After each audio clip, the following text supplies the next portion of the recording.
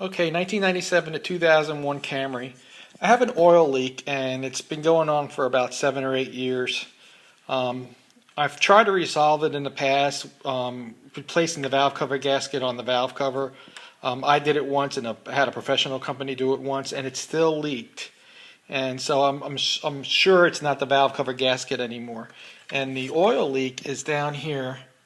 I don't know if you can see that, but it's on top of the transmission case down here. It usually accumulates after a couple of minutes of driving. And from what I read is over by the coil pack, inside the valve cover, there's a plug. And that plug sometimes needs to have new sealant put in onto it. And that's what we're going to do today. We're going to take the valve cover off and replace the sealant on that plug.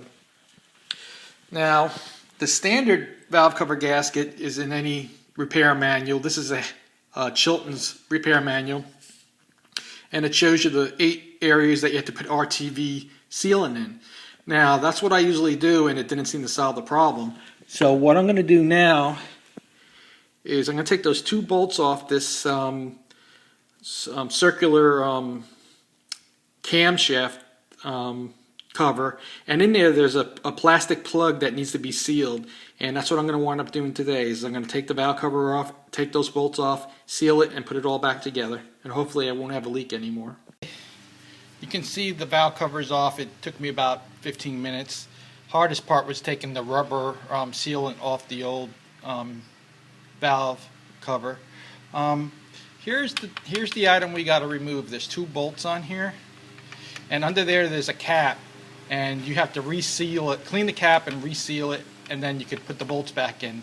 Now I don't know what the torque value is for those nuts, so what I'm going to use is I'm going to use my torque wrench and take it off, and hopefully I can at least see what it's put on at with my torque wrench.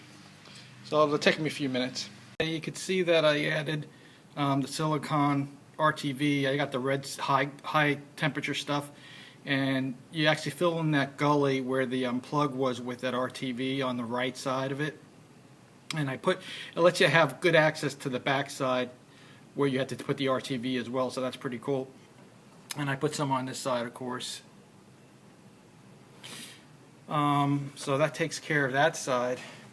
Now the plug itself, I couldn't get the plug out of this cradle. It's in there pretty tight. So what I'm going to wind up doing is I'm going to put some sealant on the bottom, just because this plug really has no function but to plug that hole. So I'm just going to put sealant on the bottom lip of that plug, and then put it back in, torque it back up to 13 foot-pounds.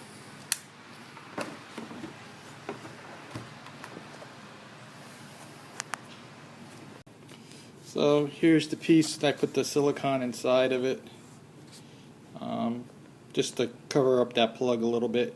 Since I couldn't get the plug out, I didn't want to force it out. I even put it in a vise, and it's in it pretty tight. So I siliconed it up. That should block anything from coming through. And make sure all the parts are clean before you apply that RTV. Now I'm going to put it back on the car. Okay, I got everything back together. Now when you're applying the RTV sealant onto the valve cover, you want to get that enclosed as quickly as possible. You really want that kind of wet when you put the components back together. You don't want to wait for it to dry. Now that the components are back together, I'm going to wait about 5 hours before I actually start the engine. I just want to make sure that it has a drying process completed before I start that engine.